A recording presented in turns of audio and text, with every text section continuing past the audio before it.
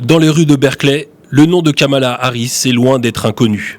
Et pour cause, Kamala est une enfant du pays. Des portraits de la sénatrice démocrate jonchent les murs de l'école primaire qu'elle fréquentait enfant. Et si certains anciens camarades de classe ont découvert sur le tard sa vocation, d'autres, parmi ses anciens voisins, n'ont rien manqué de sa trajectoire. Je m'étais toujours demandé ce qu'elle était devenue. Nous étions amis quand nous étions enfants. Et puis un jour, je regarde les informations et je me dis « Hey, mais c'est Kamala !» Je l'ai alors contactée sur Facebook et j'ai vu tout ce qu'elle faisait. Je suis si contente pour elle.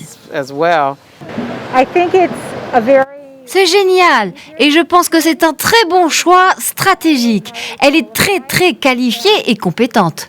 Et quand viendront les débats entre candidats, elle sera à la hauteur. Âgée de 55 ans, de mère indienne et de père jamaïcain, le profil atypique de la colistière de Joe Biden pourrait en effet être utile au camp démocrate, dans une Amérique meurtrie par les tensions raciales.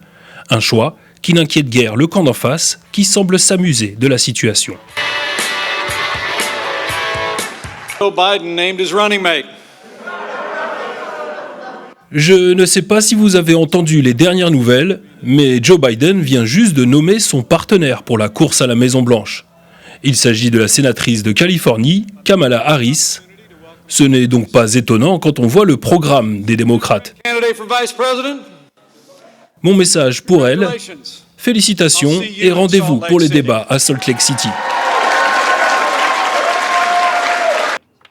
Reconnue avant tout pour ses compétences, Kamala Harris pourrait devenir, en cas de victoire de Joe Biden, la première femme, mais également la première personne de couleur à occuper le poste de vice-présidente des États-Unis. Une tentative non sans précédent.